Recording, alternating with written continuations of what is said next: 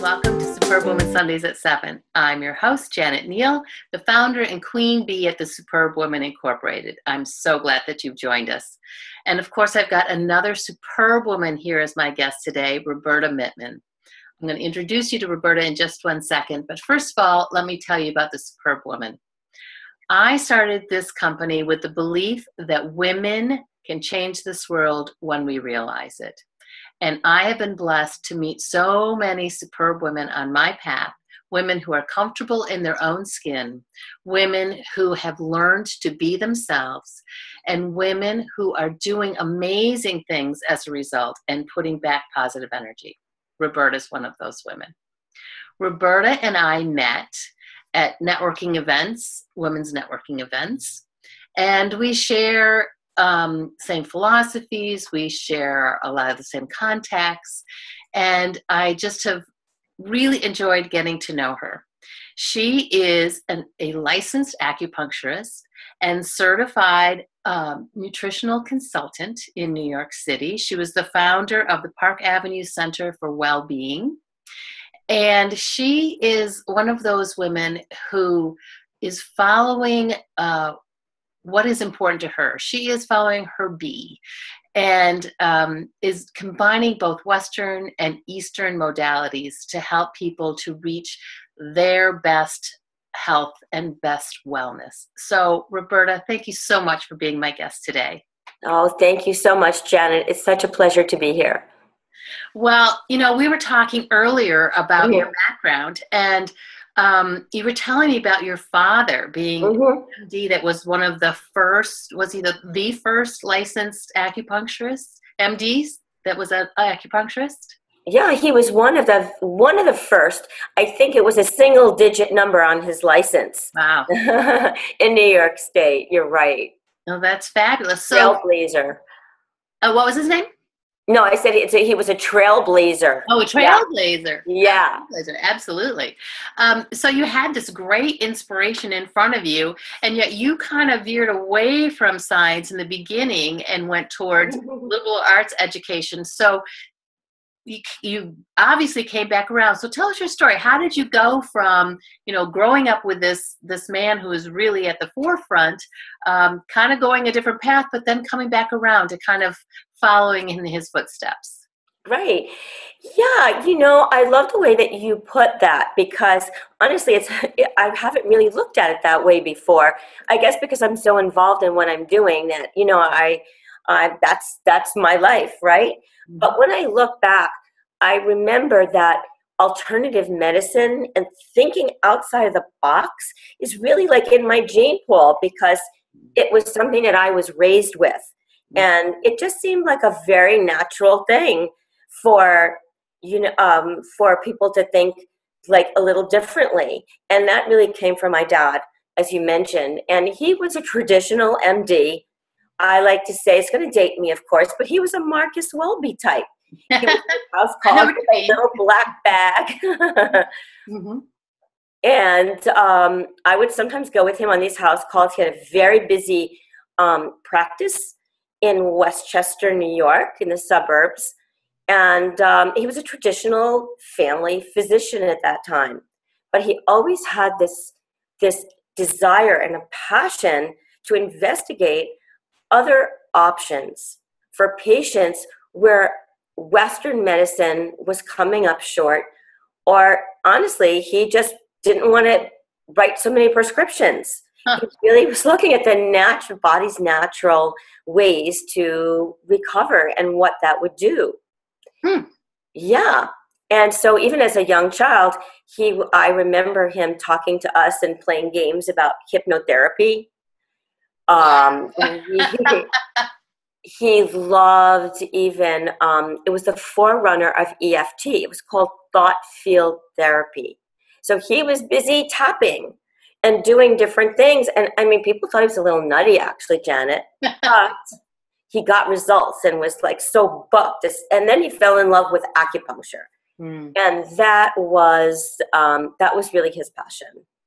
And he was really excellent at it. And he was just a real proponent of alternative means. So when I was growing up, I was always interested in nutrition, in psychology, and in the arts. Mm-hmm. And when I went to college, I pursued that. And as you said, it was very far from a science background following in his footsteps. Right. As a matter of fact, when I was in college, I very carefully sidestepped all the science classes. It just wasn't my interest. And so when I graduated, I was very interested in working in more creative areas such as copywriting and publishing. Mm-hmm. So I did that for many years. And then I took a nice break because I was fortunate enough to be able to stay home and raise my children. Yeah. And I was very busy being a mom, but also taking nutrition classes. And I imagine I was the go-to person for my friends. Mm-hmm. And if somebody was sick, or they needed some help, or they wanted some advice about something, they would come and ask me. And so that worked out very nicely, I think. And so it really kept my interest going. Then, when my children were getting older, it was my time, and it was very carefully planned. And I decided back to school, and I wanted to pursue acupuncture. It just really appealed to me. I love the whole alternative idea. And I had a vision of starting a whole wellness center in New York City after my children were out of the house and back in college. Then that was going to be my time. Uh-huh. So I had planned this in advance, and I went back to college and took all of the science classes that I had so carefully sidestepped all those years ago. Right. And Janet, I love them. I took anatomy and physiology. I took biology. Wow. I took genetics. I took everything, and I fell in love with the sciences. Go figure. Wow. You know, when you have a vision and a purpose, it just makes such a difference. Yeah. And I applied to acupuncture school, and people don't realize that it's a very intensive program. Yeah. It's 3 years, and it was almost 4 because I have a master's in it. So it was 4 years of really arduous work and applying myself to it. So that's my story in terms of following my footsteps. It following my dad's footsteps because it was something that even towards the end of his life, we were really able to communicate and have a different kind of conversation based on acupuncture and sharing that knowledge, the terminology, the communication, the points, and all of those things. It really, I think, turned out to be a highlight in our relationship. Oh, that's fabulous. Oh, yeah. Little added benefit there. Beautiful. Yeah. So here's my curiosity. Mm-hmm. So I can see having the desire to go back to school when the kids are grown. I can see where you would be attracted to the acupuncture, having grown up with that phenomenal father. How did you decide you wanted to open a wellness center? I mean, just being an acupuncturist is one thing, but how did you decide to open a wellness center on Park Avenue in New York City? How did that come about? It was a vision of mine. One of the other qualities that I inherited from my dad, because he decided that one could actually extract the best of East and West, that was something that stayed with me forever. And it actually allowed me to interact with the Western medical community very easily. I was very comfortable with doctors. I know that there are some alternative practitioners that really stay in their own circle and they kind of stay a little bit separate. And for me, I jumped right in and I just really loved that. And I saw these different modalities that I thought really complemented me, both from the East and West. So I shared at this office with a physician. Okay. And I also had a massage therapist. I had someone that did skin treatments. I also had a chiropractor. and somebody that did EFT. So it really provided a lot of different services. I really wanted somebody to be able to like have the benefit of acupuncture. I do a lot with the emotional component of meridians and things like that for stress and things. So all of those services were in one place. And I love that idea, especially in New York, because you can't just go in your car and drive from practitioner to practitioner. It's so wonderful when everybody is on the same page and we can all work together in an integrative way and help somebody get better or get what they need in one place. And that was my goal. It took a while to get there. I worked in several offices before I really was able to have build a practice, find the practitioners that I wanted to work with, and it was perfect. So it was wonderful 10 years to have that wellness center. Fabulous. So it really was a process that you. It was a process, definitely. It was a vision, but I never veered from that vision. And I worked in these offices and I loved it. I built my contacts, I built my practice, and when I was ready, it was just the coast was clear. The space was there. It found me. This doctor found me, and we were off and running. You know, I share that experience with you that I had a professional women's center for women and found that the like you said, the path cleared when I became very clear. Things opened up. People came into my path. Location came into my path. So that is a great testament. Like I always say, it's all about the be. It's when you get very clear about what you're looking for and who you are and what you have to offer. The universe kind of conspires with you and helps things to happen. So yes, and the interesting thing also, Janet, is that it was a more mature stage in my life. Yes. I was probably, when I was going through acupuncture school, I was taking biology as probably a 40-something or a late 30-something, while my children were taking it in high school. So I really feel that the maturity of was there with me, and that really fueled my determination, my commitment. Yeah. Yep, I would agree with you on that. And how do you get clear on things? You mentioned that before, that you got clear, you had a vision of something. Do you have a practice that you use in order to get that kind of clarity? I really, right now I do. My clarity is really now from mindfulness practices, and it really helps me to be, I guess we could say, aware of where I am at this moment.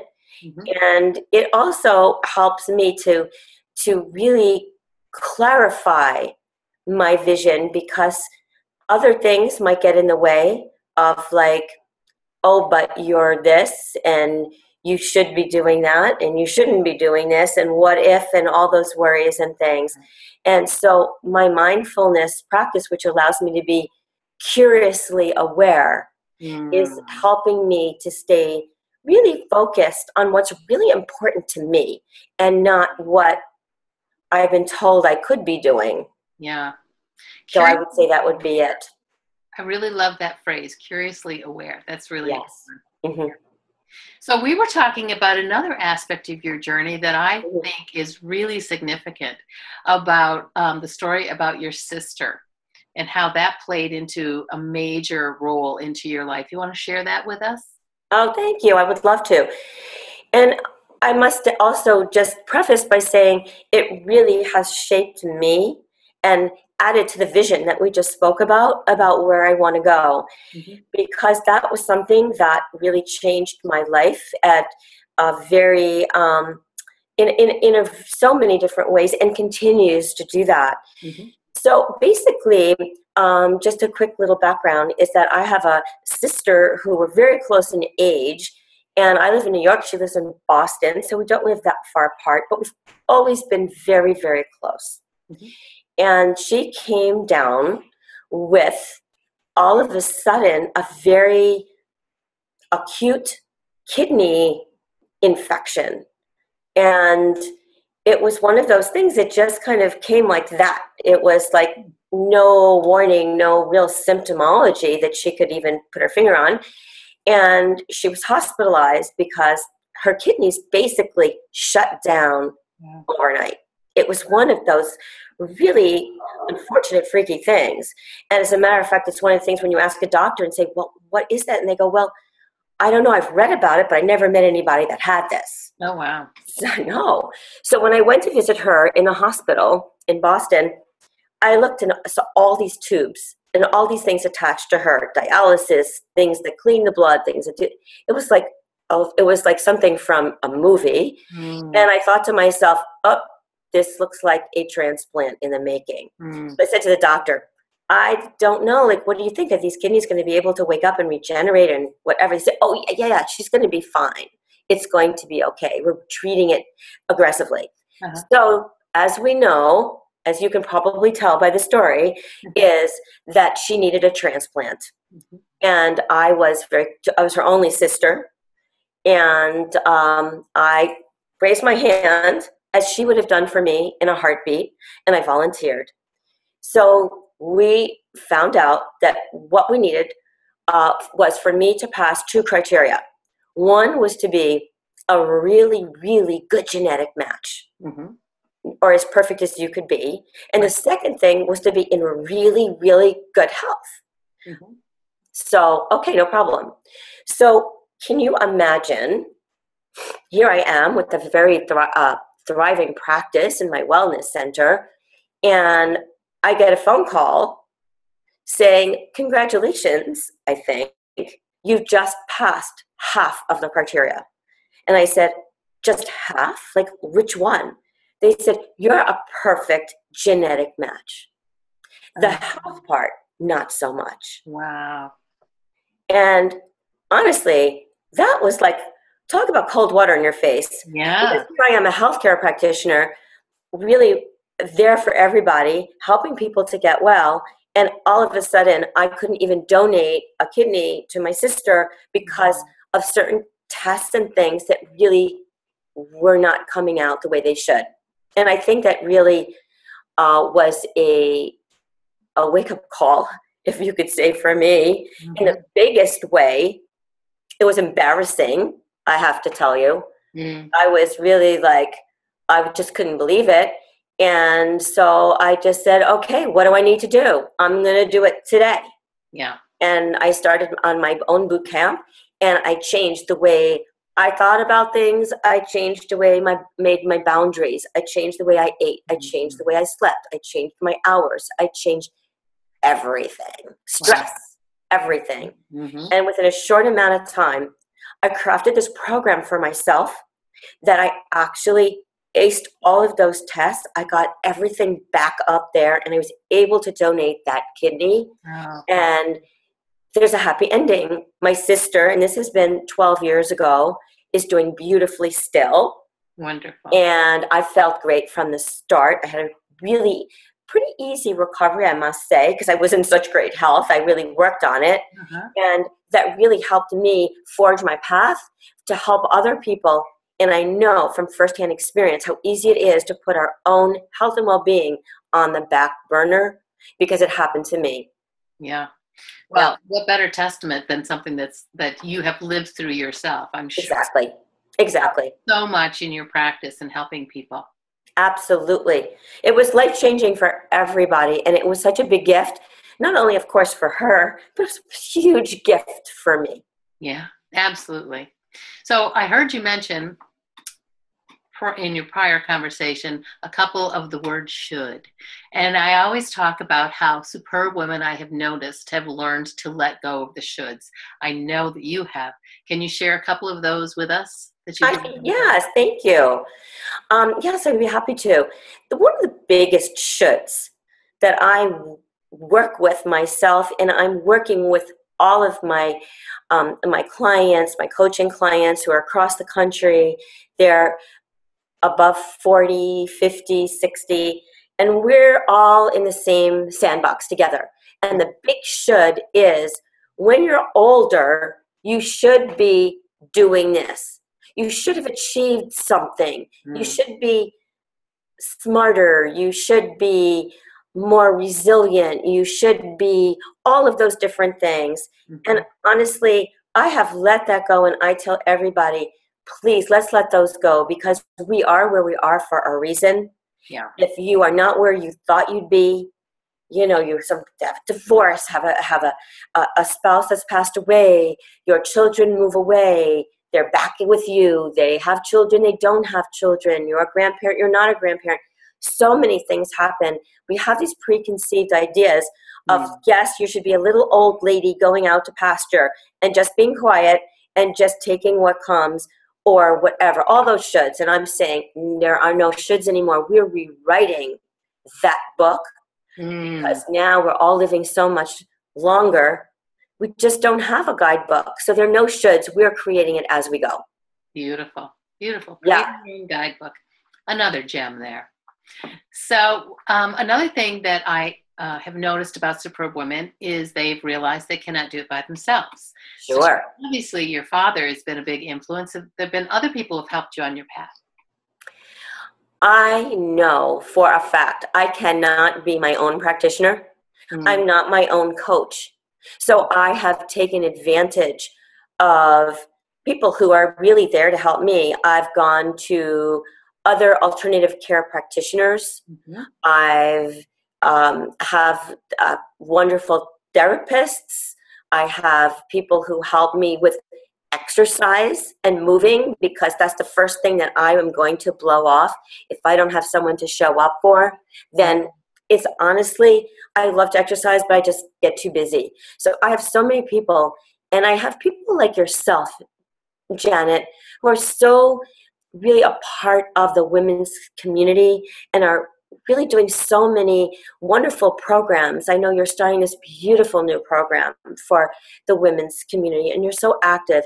And it's women like yourself that are so valuable and full of wisdom and have this knowledge of knowing how to deal with life as it comes. And I really look to people like yourself too.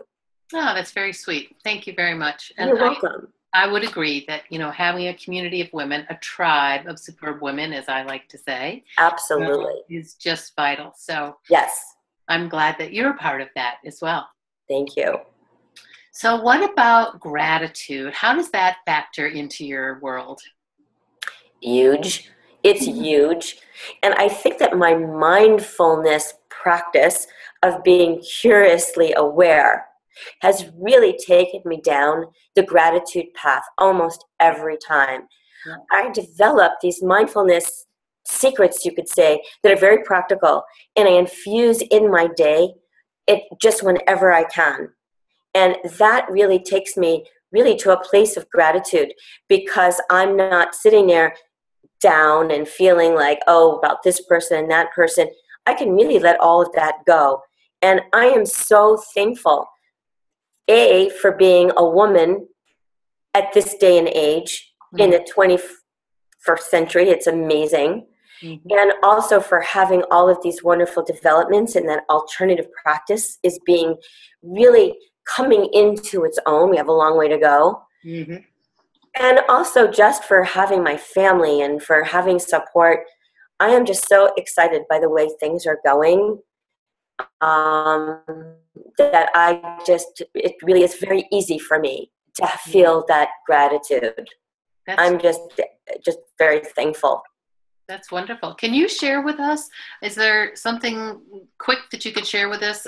Like you said, you have these techniques that you use, mindfulness techniques. Is there a quick one that you'd be able to share with our viewers? Sure, I'd be happy to. I sometimes that there are certain ones that I grab and I read. So I borrow. So like if I'm standing on a line, okay, instead of like getting annoyed because somebody can't find the pennies and they're counting things or whatever, I'll just use this as an opportunity to capture, to calm myself down and to kind of go past all of that aggravation. And I just like come up with a mantra and I just kind of say that. So it's like peace begins with me. That's kind of what I start to say. and it calms me down. And I start to think about are my feet on the floor? What are my hands doing? I'm concentrating on like what's going on around me instead of like the aggravation. So I just have a lot of those little things that I add in all day long. If I'm walking to work with a walking meditation, or if I'm cooking or doing the dishes, I just kind of add these little things in. And I find many times it's better for me than sitting for 20 minutes. It just works. It's just the way my mind works. That's fabulous. And that point right there about it might work better than sitting for 20 minutes. I tell clients all the time, because people, I'm a big believer in meditation. I know. People are like, oh, I could never sit still. Well, like you just said, walking meditation. It's really about being present and being clear and allowing your mind to open up. So those are great examples. Thank you for sharing that with us. Yeah, that's perfect. And actually, it really circles back to the shoulds. You should sit there for 20 minutes. Exactly. Like, who said that? Right. I mean, not a perfect world if you can, but if you can't, there's a way to incorporate that in any busy schedule. Absolutely. Mm-hmm. Absolutely. So, Roberta, what's next for you? What have you got going on these days? So for me, I am busy working on a group program for women over 40. It's going to be virtual and phone. And it's something that I really love to do right now. My practice is in my office or one-on-one by phone or Skype. And now I'm going to be opening it at a different price point, and also to make it more available to groups of women who would like to join me in going through this amazing adventure of living longer and enjoying it more. Nice. Very nice. Very nice. And you had been talking about a detox program that you have. Tell us a little bit about that. Yeah, thank you. And that is actually a gift for our viewers. And it's really it's a quick, easy reset, a reboot. And it's a 10-day, no fuss, no juicing required program that helps you really get rid of old habits and get rid of things that no longer serve you. But here's the good news. You actually eat food on this. You're not starving. You're not drinking liquids all day. You're not juicing. You can really carry on with your life, but feel quite different at the end of 10 days. And hopefully that'll set in practice some new habits, because we're just going to let some of those old ones just go by the wayside. That's fabulous. Yeah. So you're offering that to our viewers. At the end of this video, you'll see a slide where there'll be a link to give you more information on how to download that program. Exactly. It's all by email, and it's totally complimentary. Excellent. Well, thank you so much, Roberta, for being my guest today and for sharing your experience on your path of becoming a superb woman. Oh, Janet, thank you so much for all that you do and for inviting me today. I had such a nice time chatting with you. Likewise. And come back next week to see yet another superb woman on Superb Woman Sundays at 7. Until then, have a superb week. Take care. Bye.